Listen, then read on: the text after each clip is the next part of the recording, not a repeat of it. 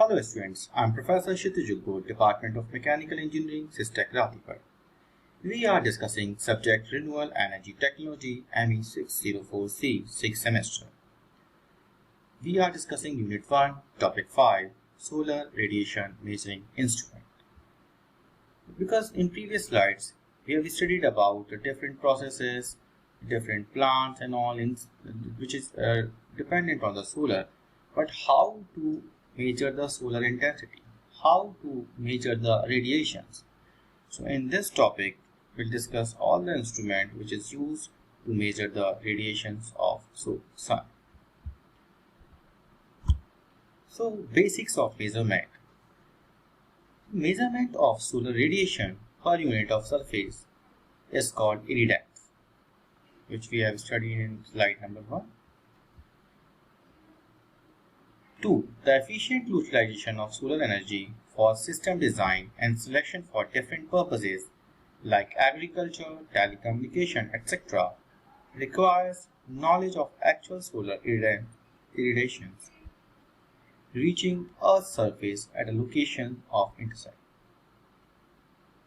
The third one is measurement depends upon various factors like angle of incidence, physical obstructions, etc. In this figure, which we can see that 90% of the radiation absorbed by the atmosphere, clouds 3%, aerosols and gases 16%. In this we can see the 51% absorbed by the land and water.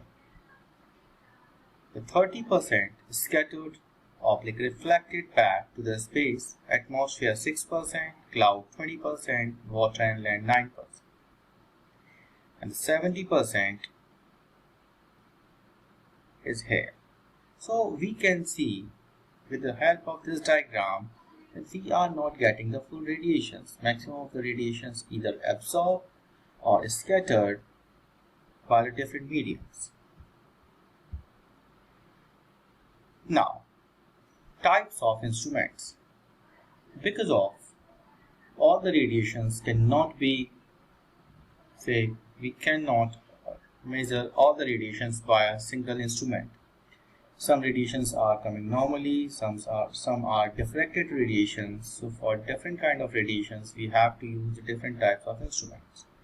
So there are two important types of instrument to measure solar radiation. Actually there are three, but two because of the first two, one the PYRHELIOMETer and PYRANOMETer. These two apparatus are majorly used. The third one is photoelectric sunshine recorder, but it's not used as much as these two use. So PYRHELIOMETer is used to measure direct beam radiations at normal distance, which we can see in this diagram. The radiations which are normal, then only we can measure the intensity of these radiations with the help of PYRHELIOMETer. PYRANOMETer is the second one, is used to measure total hemispherical radiation, beam plus diffuse, on a horizontal surface. We can see in this diagram not only normal but the diffracted or diffuse radiation also measured with the help of PYRANOMETer. So we'll discuss both the instrument one by one. So the first one we are discussing the PYRHELIOMETer. In this diagram we can see that in this instrument we can measure only radiations which are normal to this lens. So we'll see the radiations are coming from here. These are the protective lenses. The radiations are coming normal to this lenses.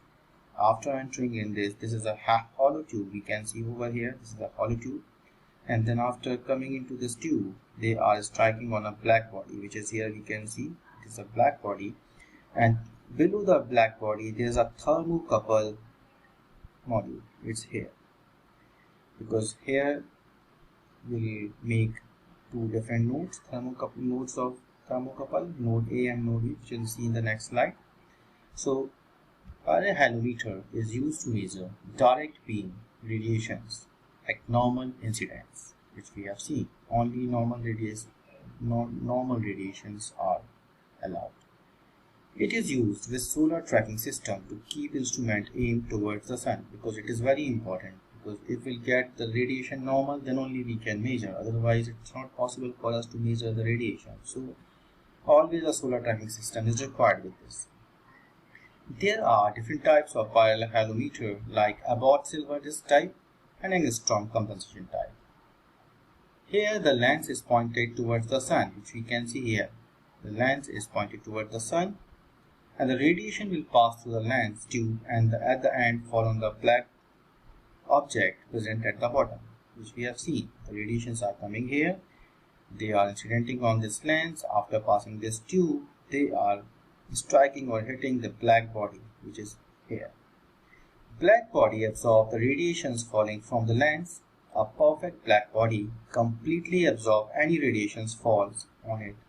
So the radiation falling into the tube gets absorbed by the black object entirely.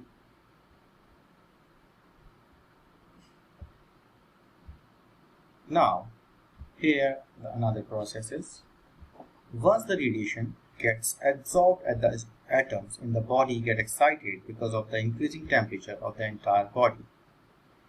When all the incident rays absorbed by the black body, then the temperature of black body increase. So here at the below in first diagram we can see that here it is the thermocouple module is here. We can see it very clearly over here. Black body, below the black body is the thermocouple. When it is getting maximum radiations, mean the temperature will be higher at A. And another point is here B, it's metal conductor, its temperature is low, obvious. So this temperature increases also be experienced by the thermocouple junction A, because if it is say absorbing the radiations, so the temperature at A will be more than the temperature at B. Junction A of the thermocouple at the high temperature and junction B at the low temperature, a current flow takes place in its loop. This current in the loop will also flow through the galvanometer, which is in series, and thereby causing a deviation in it. The fifth one is deviation in the galvanometer is directly proportional to the current in the loop, is directly proportional to the temperature difference in the junction. And this is how we can measure the solar radiation in PYRHELIOMETer. Application of PYRHELIOMETer. The PYRHELIOMETer, scientific, meteorological and climatic observation. The second is material testing research.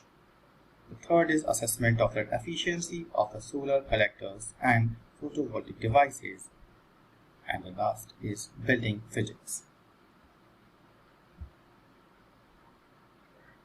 Now we'll discuss another instrument, and that is pyranometer.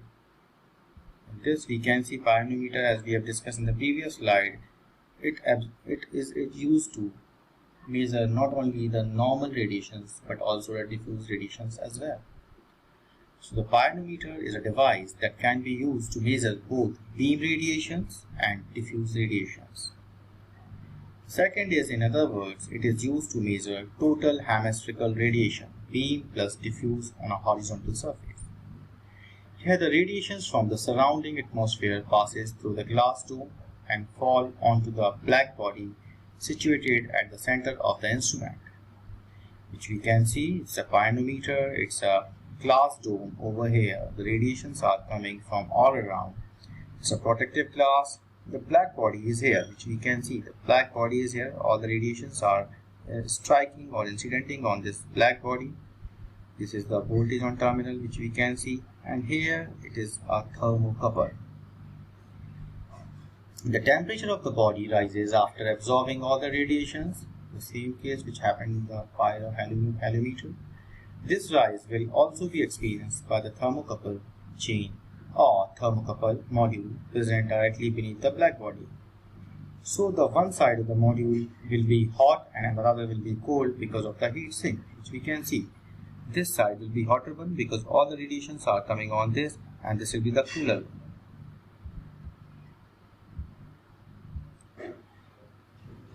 This will be the actual picture. This is the actual picture of the pyranometer.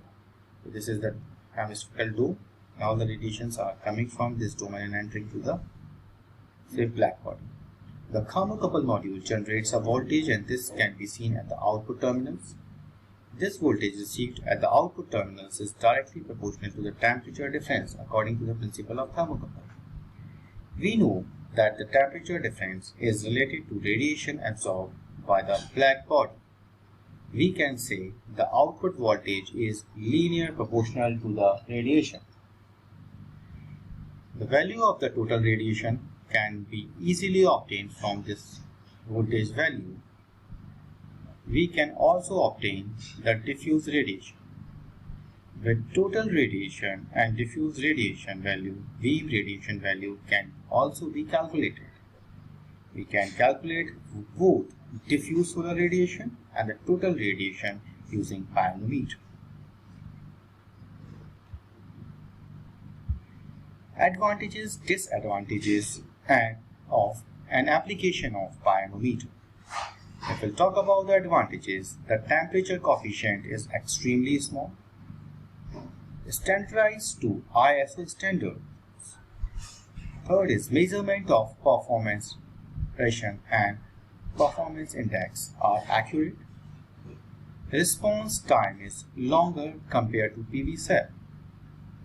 Disadvantages: its spectral sensitivity is imperfect, so it does not observe the complete spectrum of the sun, so error in measurement can observe. While this condition is not true with the PYRHELIOMETer. Applications: the solar intensity data can be measured, climatological and meteorological studies, PV systems designs, locations of the greenhouse can be established, expecting the requirement of insulation for building structure. So this is all about with the instrument using solar radiations. Thank you very much.